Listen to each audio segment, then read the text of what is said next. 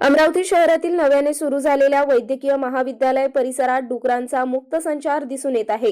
यापूर्वी जिल्हा स्त्री रुग्णालय आणि सुपर स्पेशालिटी हॉस्पिटल परिसरात डुकरांचा वावर कायम असल्याची तक्रार होती। आता वैद्यकीय महाविद्यालयाच्या आवारातही डुकरांचे कळप फिरताना दिसून येत असून दोन्ही संस्थांच्या प्रशासकीय कार्यप्रणालीवर गंभीर प्रश्न उपस्थित झाले आहेत। रुग्णालय आणि वैद्यकीय महाविद्यालय परिसरात तब्बल 44 सुरक्षा रक्षक तैनात आहे असून डुकरांचा प्रवेश थांबवण्यात प्रशासन अपयशी ठरत आहे। रहदारी असलेल्या या परिसरात डुक्कर वावरत असल्याने अपघाताचा धोका आणि अस्वच्छतेची समस्या अधिक गंभीर होत चाललेली आहे।